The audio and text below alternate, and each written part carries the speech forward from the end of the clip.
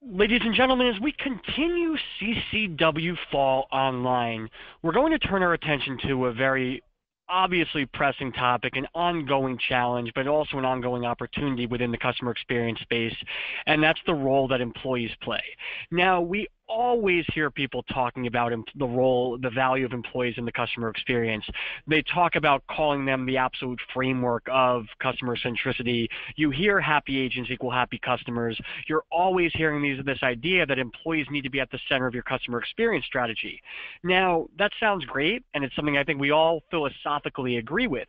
Where we run into trouble, however, is when it comes to actually the environment in which we're expecting employees to make an impact. When we look at the construct of the traditional contact center, of the traditional customer experience function, we're not always allowing agents or employees to make the most possible impact. We're not allowing them to really create the great customer experiences. Quite frankly, we're not allowing them to live up to their potential and their value in the organization. Sometimes that could be on the role. We've often heard the talk about how self-service is going to handle, transactional matters, and agents are going to move into the complex matters. But in many organizations, agents right now are still handling those transactional support repetitive matters. And when they're handling those issues, they're not necessarily going to be having opportunities to really connect or use their human personality abilities. They're simply going to be solving problems quickly.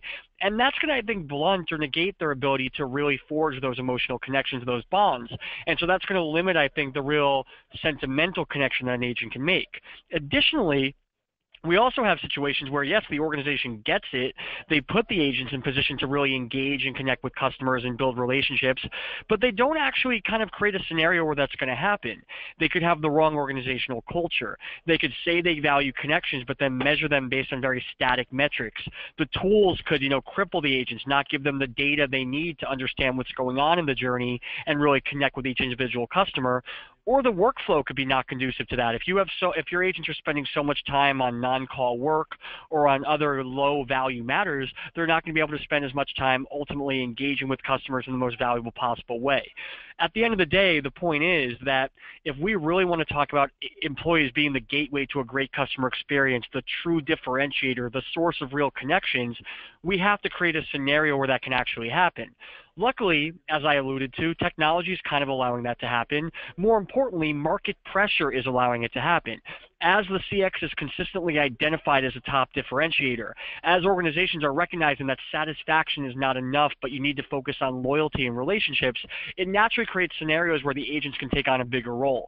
And we want to talk about that role today, what the agent needs to do, and also how you as a leader or your organization as the brand can empower agents to actually make that happen. Our speaker today is going to be Jim from Symphony Post-Acute, who is actually going to be talking about this topic as part of a workshop at CCW Fall in Austin. But we were lucky enough to have him today to kind of, walk through some of his insights and really start to open this discussion about inspiring employees to wow customers. And so, Jim, happy to have you. Thanks, Brian. I'm so happy to be here. Thank you for inviting me. It's absolutely our pleasure, and we really appreciate it. And so I want to start off what I think was most interesting. Obviously, you're in this space. You have a passion for the role that employees have in driving the customer experience. But I think what made your background most intriguing for me and what made you such a great candidate here is that you've kind of had different roles. You haven't always been in your organization, and I think that's exposed you to different environments, not only in terms of budget, but just in terms of the actual customer experience you're delivering. And so to start off, I'm wondering if you could kind of walk our audience through those different roles and maybe differences or similarities in the customer experience operations that they have. Sure, I'd be happy to.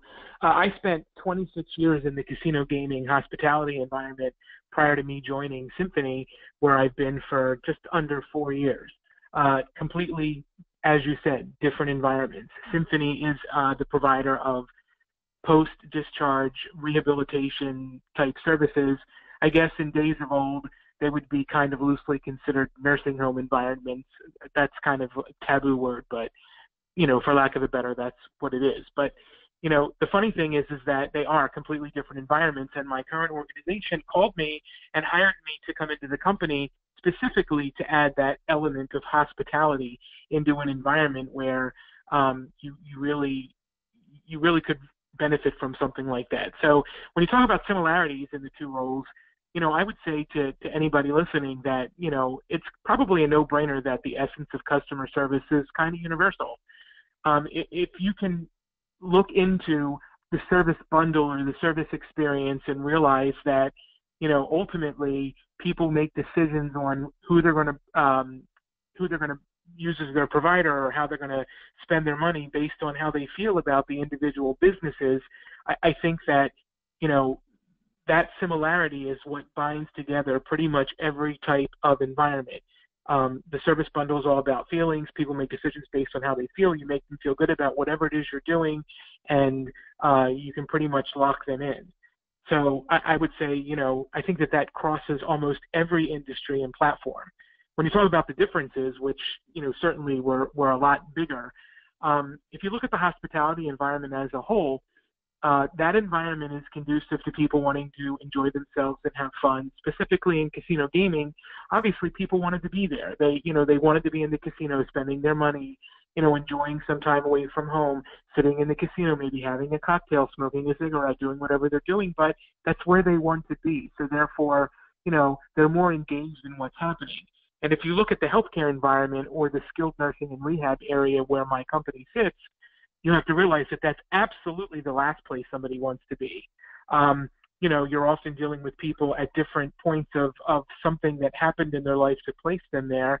And before you can get to any type of, even decent experience, you have to overcome all this I don't want to be here stuff before you can concentrate on even getting to a good or even a great experience, relationship building with them. So I think that's the fundamental difference. It's basically, the customer quote unquote intent. They want to be somewhere where, you're in hospitality, and they obviously don't want to be somewhere when you're talking about, a hospital, skilled nursing, or rehabilitation environment. I like that you ended on that notion of, I think, intent, the idea of, your previous customers 100% wanted to be where they were. Your current customers, would prefer not to be in that scenario, because I think that really ties into this next question I have regarding the different employees you need. Now, on the one hand, you're probably the worst person to ask this question to, because you've kind of proven that you can kind of work in both roles and that you can kind of succeed in both environments. But I am curious on a broader level, and particularly on maybe a frontline level, if there's differences in the types of employees you need. Because on the one hand, when you're talking about kind of a resort or vacation sort of spot, that's going to, I think, require a certain kind of mindset, certain kind of skills for the agents to have. And in the other case, you might have to deal with maybe more empathetic situations, I'd imagine. And so I'm wondering, if, from your experience, if that really dictates the kinds of people you want to hire, the kinds of people you want to have really interacting with your customers.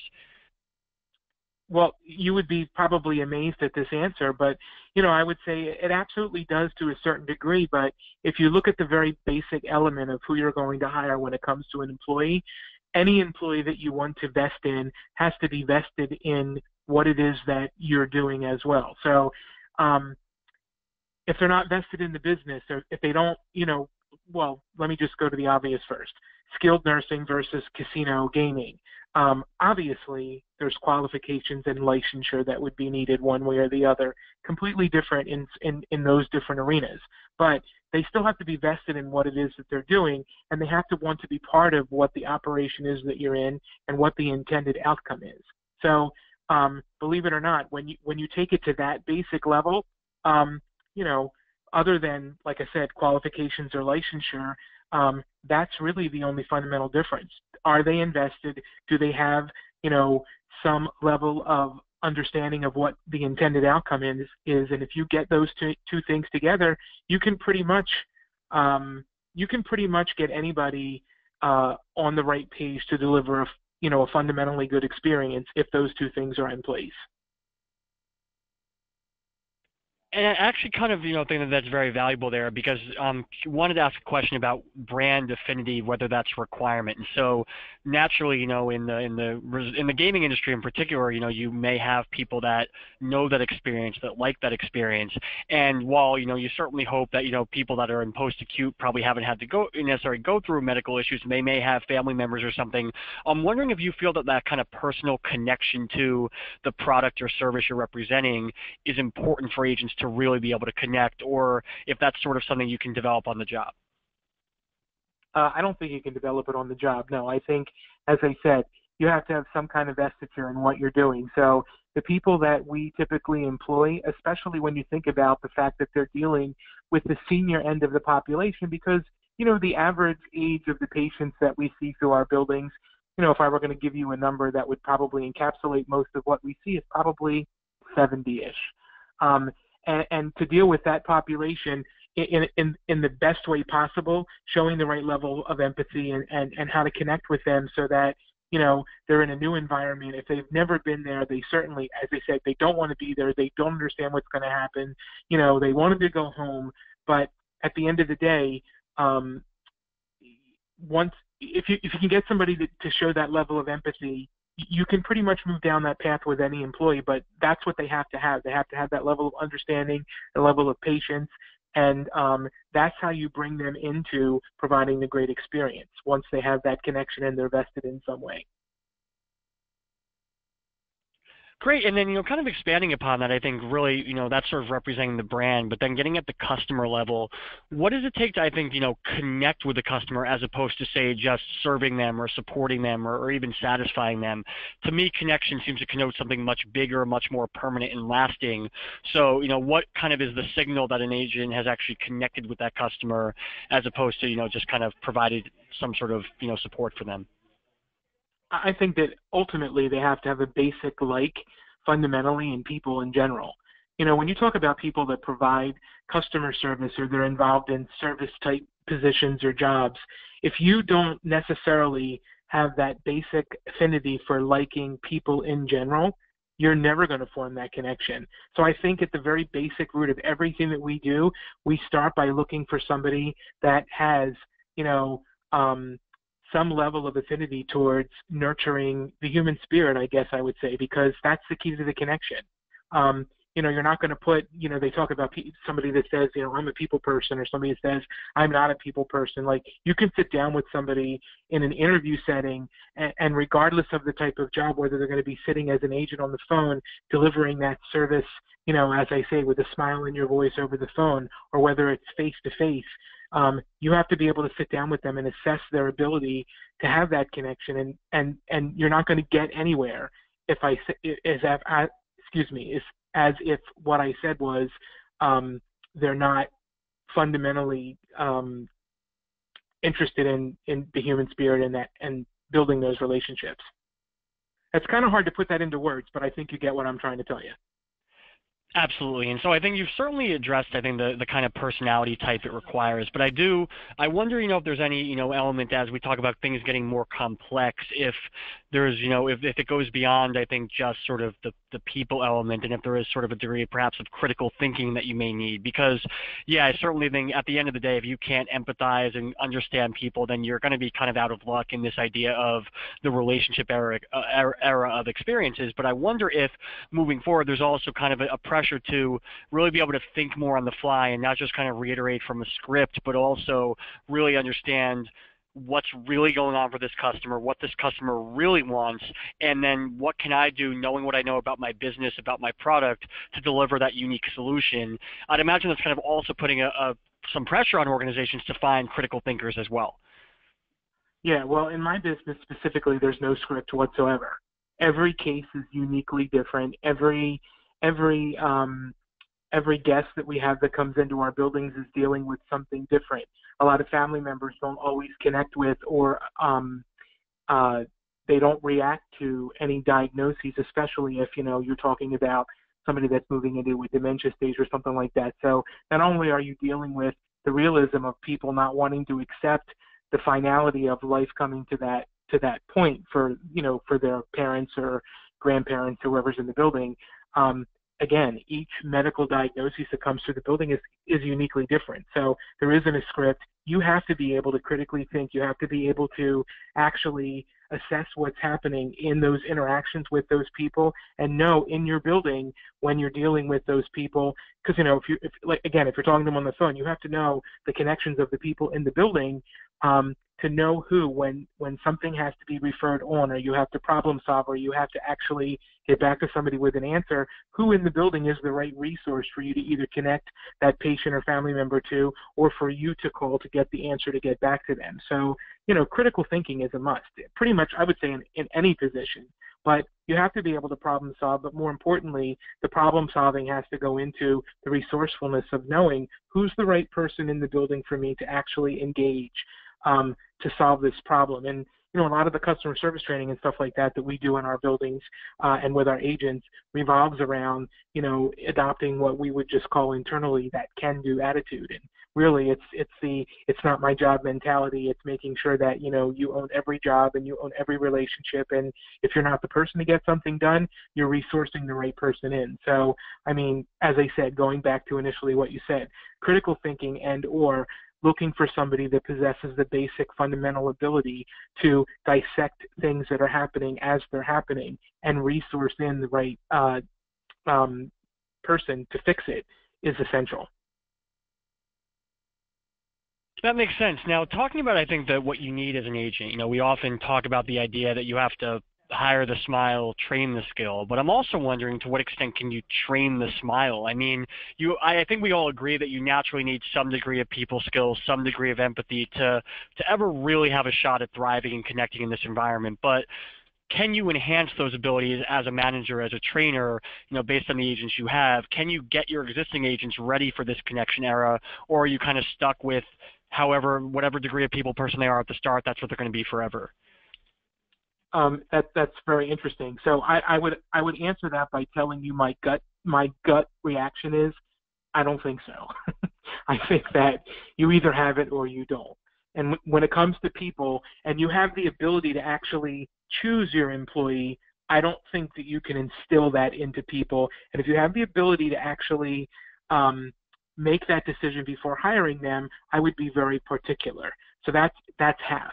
Let me go to the other half, though. What I would say to you is that with the people that are incumbent, because we all step into jobs where you kind of have to take over employees that are there. You have to work with, the people that you're given sometimes. They're already in their positions.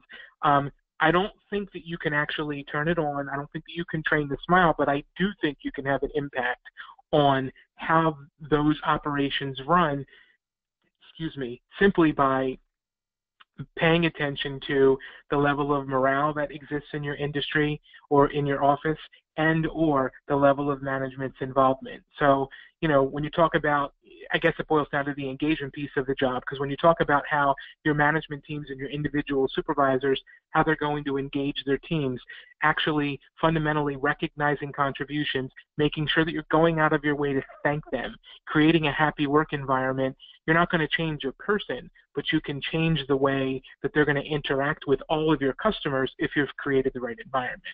So I think that that's your way in with people that you are kind of stuck with or that you have to deal with. And I would always advise anybody that has the choice to hire that way first, because sometimes you're just stuck and you have to make the best of in some cases, a bad situation. I mean, there's an extent, and kind of moving on from that, there's an extent to which I think when we look at the idea of a connection, it's sort of an inherently qualitative, nebulous, subjective concept. It's kind of a you know it when you see it, you know it when you feel it kind of thing. But let's be honest, it's hard to manage a business just based on knowing it when you feel it. I mean, most organizations, if not the head of the contact center or head of the customer experience function, certainly the financial executives, they're going to be looking for some kind of proof of results in quantitative terms. And so to what extent Absolutely. can you actually measure connections in numbers and metrics? What do you look to know whether you're really connecting with customers or not? Well, a lot of my career, everybody's always said to me, how do we quantify what it is you're doing? And I have to laugh at that because you can't, it really is very difficult to quantify a people skill, as you just said. So we rely very heavily on post-discharge surveying. You really have to get feedback and push for feedback from the people who have had care or services in your building or have dealt with your agents over the phone so you can continually tweak your operation. So one of the things that I learned very early on in my career, even before I came into Symphony, was how do you actually find some level of metric or something that speaks to the financial types, the people who are looking at ROIs and the people who want to quantify things. And, ultimately, I have found that, if you're looking at a net promoter type metric, that seems to have a universal effect on, at least in my opinion, quantifying those things, because you can actually measure someone's willingness to recommend when you sit down and you're getting that positive feedback and somebody's willingness to recommend and they're giving you that information. You can also measure those kind of things on repeat visitation, referrals that come back to our buildings, and things like that. So we ultimately end up measuring things post-discharge, but we actually root everything back in a net promoter metric. And in my specific business, we have one more layer. We have litigation. We're medically based. So, you have some people that just, sit and watch every move that you're making to see if they're actually just going to throw the book at you, which does happen, unfortunately. Or you have other people that truly want to take that route when they feel that they've been wronged or something has happened that has not been, on the level. And I can say, at least for us, that besides all the net promoter stuff and the metrics that come with all of that, we also have measured litigation, and at least with the company I'm at now, because that seems to be a mitigating factor, litigation in our company has gone down year over year over year for the last 3 years since we've put a customer service program in place. So that is a very sustainable metric for at least how my company looks at that as well. And kind of a similar question, I think, balancing the idea of kind of encouraging agents to feel free to make these connections and feel as if they can really stay with the customer until the issue is resolved. We're also looking at the operational realities. I think, efficiency may not matter to all organizations in the sense that you may not really care so much about each individual's call time. Average handle time may not be a paramount metric, but being that it is a business, there are certain financial realities. And so there's obviously a degree to which efficiency matters. And so how do you kind of make sure that agents are free to connect and feel as if they are really looking about the best interest of the customer, while also being mindful of the reality that it is a business and that they do need to make sure they are performing as smoothly as possible? Well, I think you have to put the right emphasis on what is important to your organization.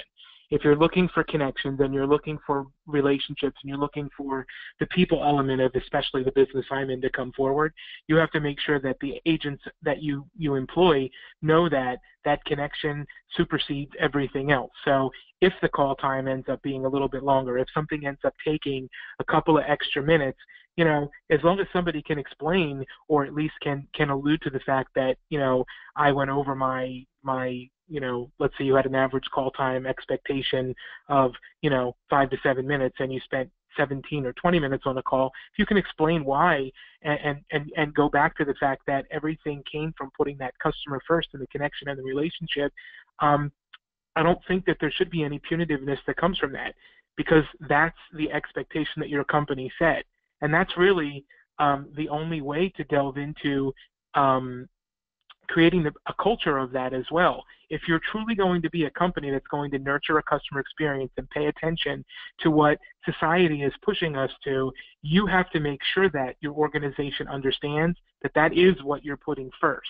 So therefore, it's really difficult to tear somebody away from anything that they're doing regarding servicing a guest, answering a question, networking into some problem that they're trying to fix, if you're not going to practice what you preach and put that first and make sure people understand that it's first.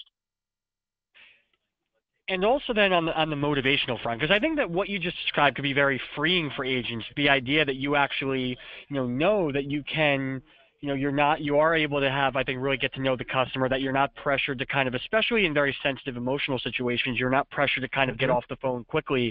I think that's very freeing for for agents. But I also wonder from a motivational standpoint, because when you look at kind of traditional hard metrics, it's very easy to know at the time of the call, did I perform well or not? Am I hitting my numbers or not?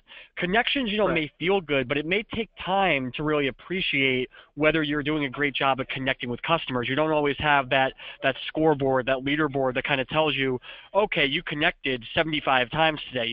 It's not as tangible as that. And so when it comes to performance motivation, how do you sort of, approach that? How do you kind of encourage, inspire employees to actually connect with customers, even if they're not going to see a tangible reward immediately all the time?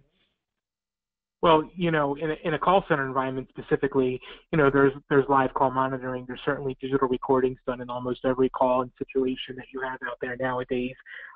You just have to have an active quality assurance team that's going to be able to keep the focus on looking at those kind of things so that you can pull agents aside and always commend them on the fly or on the spot when those relationship building, or what do they say, those defining moments happen. You actually have to engage your management teams to know that they should be recognizing and encouraging, because that all goes back to morale. Okay, and then you also have to make sure that your employees know the emphasis that you're placing on that connection. But in the call center environment, I don't know. I find that it's a little bit easier because you do have things at your disposal that enable you the ability to do things immediately. Because the systems that we have, you can actually click in and monitor anybody on a call while they're having it. So therefore, as soon as you get off a phone call, you can actually pull somebody aside and coach them positively and positively recognize and reward that performance in ways that they know that they're doing a good job. And then on the back end, as I said, we have post-discharge surveying and post-call surveying that happens that enable us the ability to get real-time feedback from the agent if we weren't monitoring the call. So we can look at both of those things and continually recognize the performance attributes that we're looking for to continue to motivate those employees to do their very best and have those connections. And then sort of kind of that ties naturally into kind of the final idea of this culture that best motivates employees. And what I'm specifically going for there, and I ask this to a lot of different people that really focus on the employee engagement side, is that balance between, I think, when we think of culture, a lot of people talk about fun or weird or quirky, unique environments, and, ones where there's, I think, like a good, positive relationship between managers, supervisors, and their front line. But I'm also, the motivational side, of course, there are some hard, expectations and metrics and numbers that have to be in place. So kind of, what does that best of both worlds culture look like? One where agents love coming to work, but also feel empowered to get down to business when they have to as well.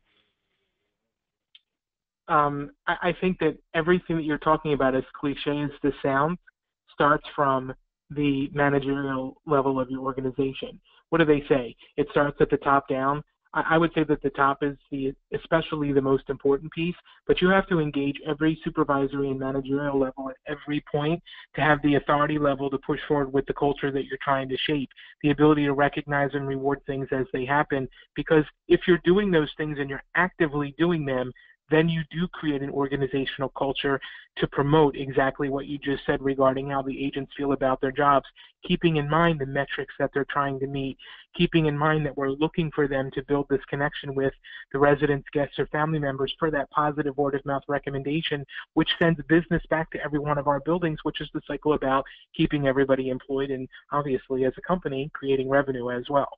So it's not just the top, in my opinion. You have to have the authority level at every level of management to be able to push forward with the culture you're trying to create so that people do pay attention to those things and want to perform for you.